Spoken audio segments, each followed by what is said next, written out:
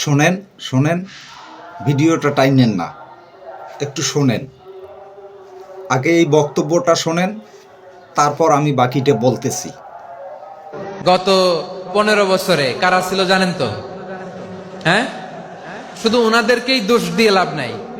স্বাধীনতার পর থেকে শুধু শাসকের হাত বদল হয়েছে, আমরা কিছু পাই নাই। ঠিক কিনা বলেন?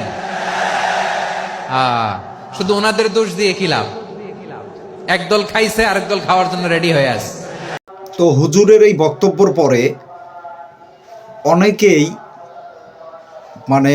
এর প্রতিবাদ করছিল। যাই হোক, আমি নাম বলতেছি না।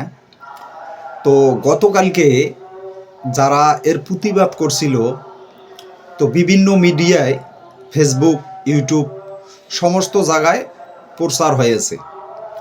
তো আমি গেছিলাম কমেন্ট পড়ার জন্য যে আসলে মানুষ কি হুজুরের পক্ষে না বিপক্ষে।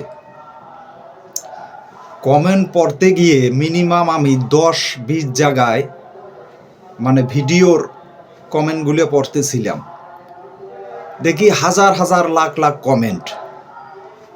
কিন্তু যারা হুজুরের এই কথার বিপক্ষে বক্তব্য দিছে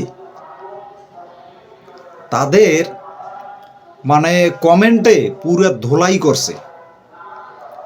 তো একটা কথা, আপনারা কার বুদ্ধিতে এই কথার প্রতিবাদ করতে গেলেন?